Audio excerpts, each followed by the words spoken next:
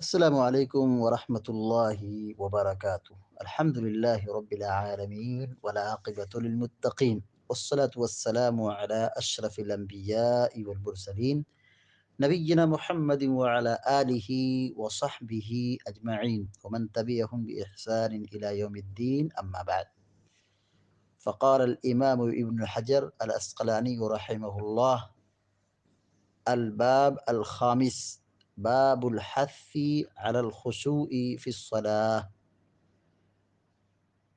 عن أبي هريرة رضي الله تعالى عنه قال: نهى رسول الله صلى الله عليه وسلم أن يصلي الرجل مختصرا. متفق عليه، واللفظ لمسلم ومعناه أن يجعل يده على خاصرته. وفي البخاري عن عائشة رضي الله تعالى عنها أن ذلك فعل اليهود. بلوغ المرام من أدلة الأحکام کی حدیث نمبر 187 ابھی آپ کے سامنے پڑھی گئی ہے۔ یہاں آج ایک نیا باب شروع کیا جا رہا ہے۔ کتاب الصلاۃ کا 5واں باب ہے، باب الحث علی الخشوع فی الصلاۃ۔ نماز میں خشوع و خضوع کی ترغیب کا بیان، ابھارنے کا بیان۔ حث، حث ہا اور سا، حث کہتے ہیں ابھارنا، ترغیب دلانا۔ باب الحث علی الخشوع، خشوع اردو میں بھی استعمال ہوتا ہے، جیسے کہا جاتا ہے نماز خشوع خضوع سے پڑھیں، اطمینان سے پڑھیں، دل لگا کے پڑھیں، حضور قلب کے ساتھ پڑھیں۔ تو خشوع کا معنی ہوتا ہے حضور قلب۔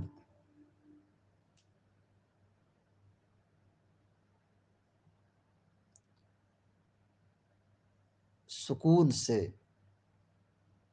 الخشوع کا مطلب ہوگا سکون، تذلل۔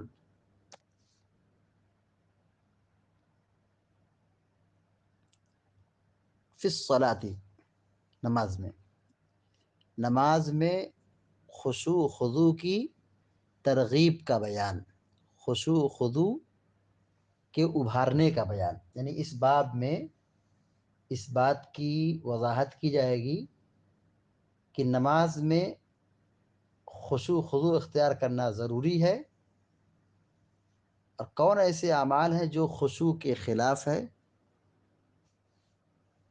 اور نماز میں خشوع کیسے پیدا ہو، اسی چیز کی وضاحت کی جائے گی۔ نماز ایک عظیم عبادت ہے، اور یہ ہم سے پہلے کی شریعتوں میں بھی نماز فرض تھی۔ نماز کو اس کے آداب اور طریقے اور خشوع خضوع کے ساتھ ادا کرنا یہ ضروری ہے۔ حضور قلب کے ساتھ نماز پڑھنا یہ کیا ہے؟ ضروری ہے۔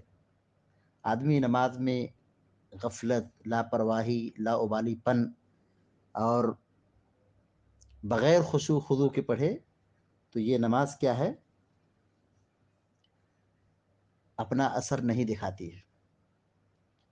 آدمی اگر یہ چاہتا ہے کہ نماز کا ہماری عملی زندگی میں فائدہ ہو، آخرت میں اجر ملے، اللہ کی قربت حاصل ہو، درجات کی بلندی حاصل ہو، تو وہ حضور قلب کے ساتھ نماز پڑھے، مکمل خشوع خضوع کے ساتھ پڑھے، سکون سے پڑھے۔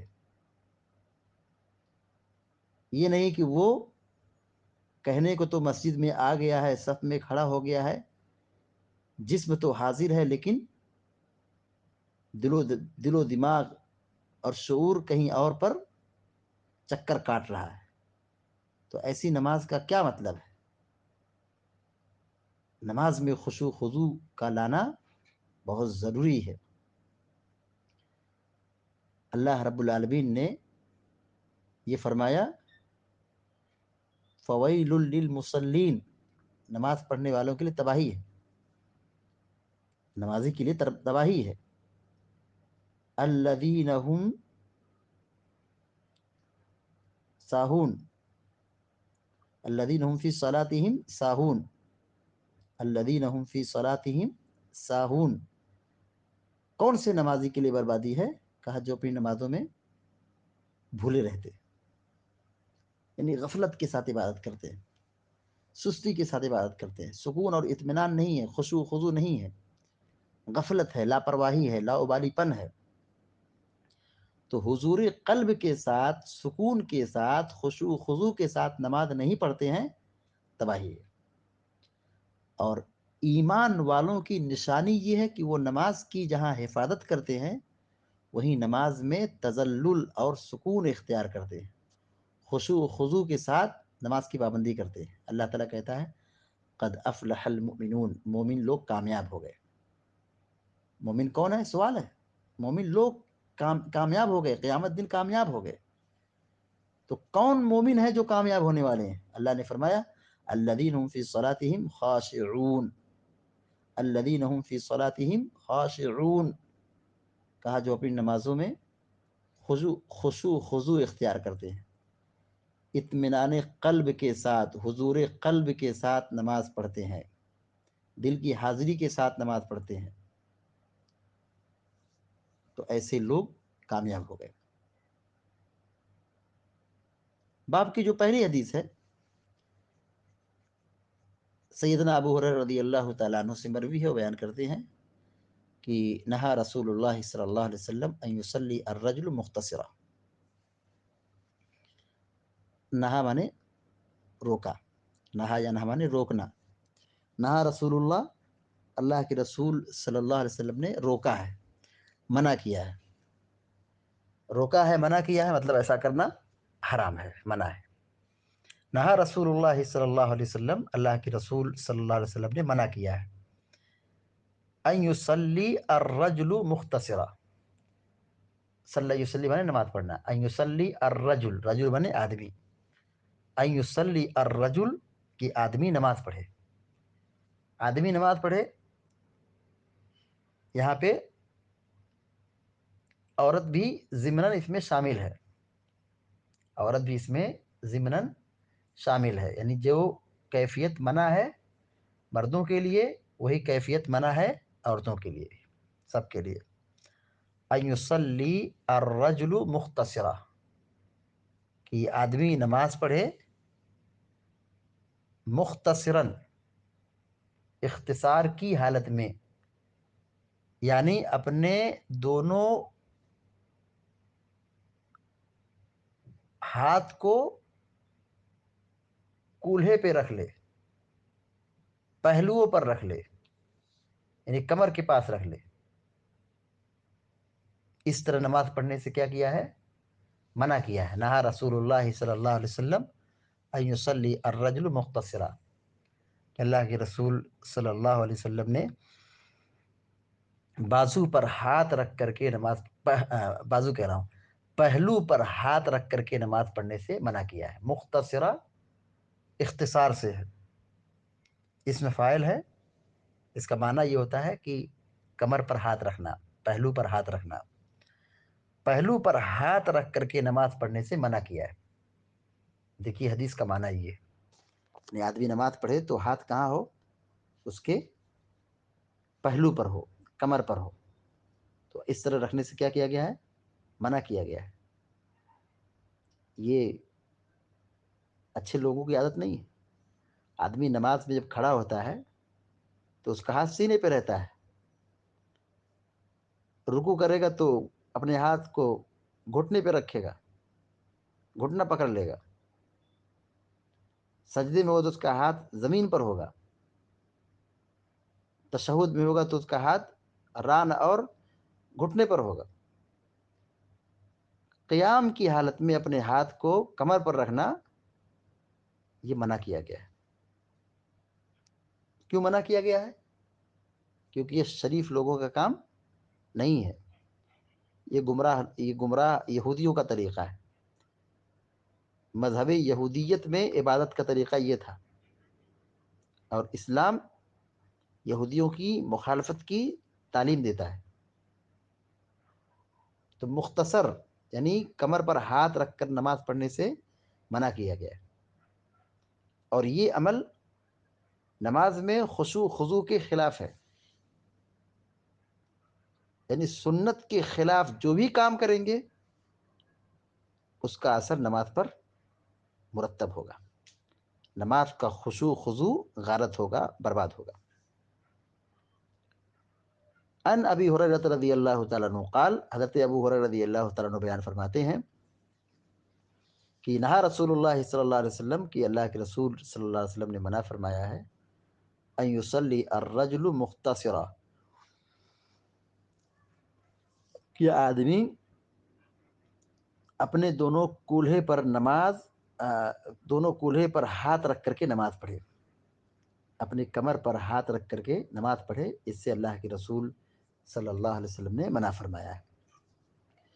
متفق علیہ، بخاری و مسلم کی روایت ہے. واللفظ لمسلم، اور یہ الفاظ جو یہاں پہ استعمال ہوئے ہیں یہاں حدیث میں جو موجود ہے الفاظ روایت میں، یہ مسلم شریف کے، یعنی امام مسلم رحمہ اللہ نے اسی طرح بیان کیا ہے. ومعناه ان يجعل يده على خاصرته، ومعناه ان يجعل يده على خاصرته. حافظ ابن حجر العسقلانی رحمۃ اللہ علیہ حدیث کا معنی بیان کرتے ہیں، کہتے ہیں ومعناه، اختصار کا مطلب کیا ہے؟ مختصراً، ان یصلی الرجل مختصراً، مختصر نماز پڑھنے سے منع کیا ہے. تو مختصر کا مطلب کیا ہے؟ کہتے ہیں کہ ان یجعل یدہ علی خاصرتہ، کہ آدمی اپنے ہاتھ کو اپنی کمر پر رکھے. ان یجعل معنی ہو ان یضع، جعل یجعل معنی ہوتا ہے بنانا، رکھنا. ان یجعل یدہ علی خاصرتہ، ید معنی ہاتھ، علی معنی پر، خاصرہ، خاصرۃ، خاصرہ اس کا معنی ہوتا ہے بازو، پہلو، بازو نہیں، پہلو، کمر.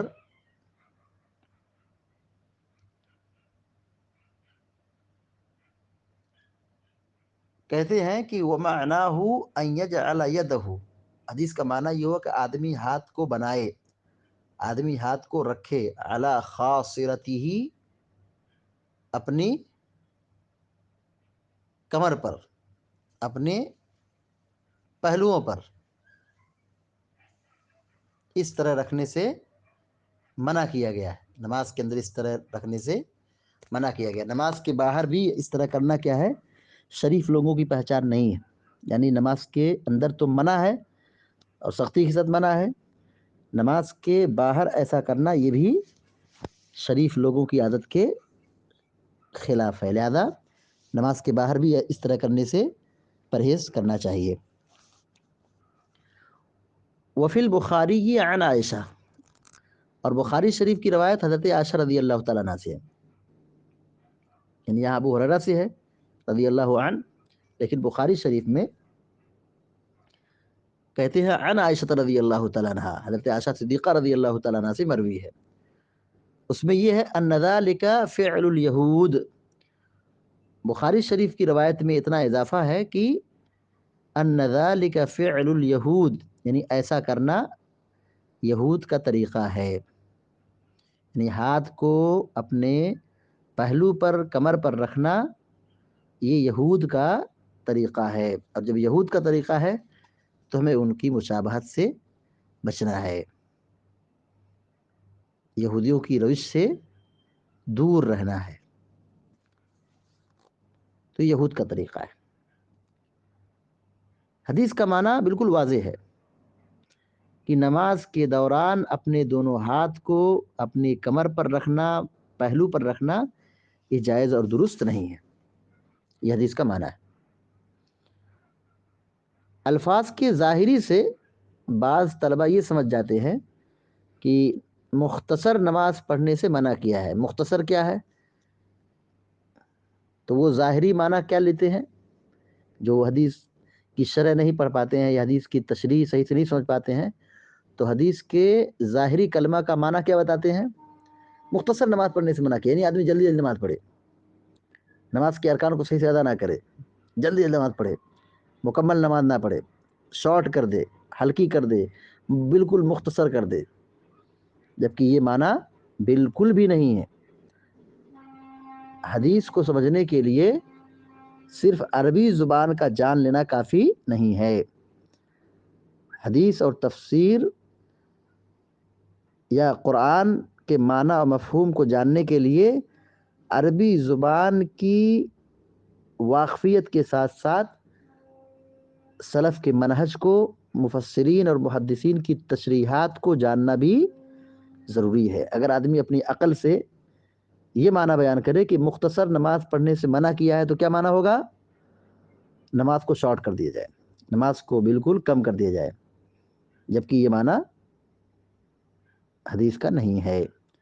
حدیث کا معنی یہ ہوا کہ نماز کے دوران اپنے دونوں ہاتھوں کو پہلوؤں پر کمر پر رکھنا یہ جائز اور درست نہیں ہے۔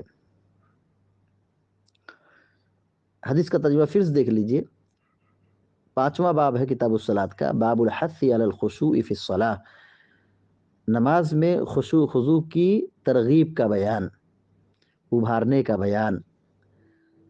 عن ابی ہریرہ رضی اللہ تعالی عنہ قال، حدیث نمبر 187 ہے، حضرت ابو ہریرہ رضی اللہ تعالیٰ عنہ سے روایت ہے، نہا رسول اللہ صلی اللہ علیہ وسلم، اللہ کے رسول صلی اللہ علیہ وسلم نے منع فرمایا ہے، ان یصلی الرجل مختصرہ، کہ آدمی اپنے دونوں ہاتھوں کو پہلوؤں پر رکھ کر کے نماز پڑھے، اس سے منع فرمایا ہے۔ ان یصلی الرجل مختصرہ، کہ آدمی نماز پڑھے اور دونوں ہاتھ اس کے بازوؤں پر ہو، پہلوؤں پر ہو یا کمر پر ہو، ایسا کرنے سے منع کیا ہے۔ پہلوؤں پر ہاتھ رکھ کر کے نماز پڑھنے سے منع کیا گیا ہے۔ متفق علیہ، بخاری و مسلم کی روایت ہے، واللفظ لمسلم، اور حدیث کے الفاظ یہاں جو موجود ہیں وہ صحیح مسلم کے ہیں۔ وَمَعْنَاهُ أَن يَجْعَلَ يَدَهُ عَلَى خَاصِرَتِهِ، حدیث کا معنی یہ ہوا کہ آدمی اپنے ہاتھ کو رکھے اپنی کمر پر، اپنے پہلوؤں پر، یہ منع ہے۔ وفی البخاری عن عائشہ رضی اللہ تعالی عنہ، اور حضرت عائشہ صدیقہ رضی اللہ عنہ کی روایت مروی ہے جو صحیح بخاری کے اندر ہے، اس کے اندر یہ ہے کہ ان ذلک فعل الیہود، کے طریقہ یہود کا ہے، یعنی یہودی ایسی ہی عبادت کرتے ہیں، اپنے ہاتھ کو کمر پر رکھ لیتے ہیں یا بعض پہلوؤں پر رکھ لیتے ہیں، پہلو یا کمر پر ہاتھ رکھ کر کے وہ عبادت کرتے ہیں، جبکہ ایسا طریقہ یہ شرعی اعتبار سے غلط ہے، اور عادتاً اور فطرتاً بھی یہ چیز کیا ہے؟ غیر پسندیدہ عمل ہے۔ حدیث سے جو بات ثابت ہوئی، نمبر 1، نماز پڑھنا چاہیے، نماز کی پابندی کرنا چاہیے۔ دوسری بات یہ معلوم ہوئی کہ نماز کو خشوع خضوع کے ساتھ پڑھنا چاہیے، یہودیوں کی مشابہت سے بچنا چاہیے۔ خشوع خضوع اختیار کرنے کے لیے سنت کی پیروی ضروری ہے، اور اگر یہود کے طریقے پر چلیں گے، بنی اسرائیل کے طریقے پر چلیں گے، نصارہ کے طریقے پر چلیں گے، تو نماز کا خشوع خضوع غارت ہوگا۔ تو دوسری بات یہ معلوم ہوئی کہ خشوع خضوع کے ساتھ نماز پڑھنا چاہیے۔ تیسری بات یہ معلوم ہوئی کہ یہودیوں کی مشابہت سے بچنا چاہیے، یہودیوں کی مشابہت سے پرہیز کرنا چاہیے۔ چوتھی اور آخری بات یہ معلوم ہوئی کہ نماز کے دوران اپنے دونوں ہاتھوں کو بازوؤں پر رکھنا یا اپنے دونوں ہاتھوں کو بازوؤں پر رکھ کر نماز پڑھانا یہ کیا ہے؟ منع ہے، حرام ہے، اس سے پرہیز کرنے کی ضرورت ہے۔ اللہ تعالیٰ سے دعا ہے کہ اللہ تعالیٰ ہم سب کو، آپ سب کو نیک عمل کی توفیق عطا فرمائے، آمین یا رب العالمین۔ وصلی اللہ علی نبینا محمد وسلم تسلیما کثیرا۔ السلام علیکم ورحمۃ اللہ وبرکاتہ۔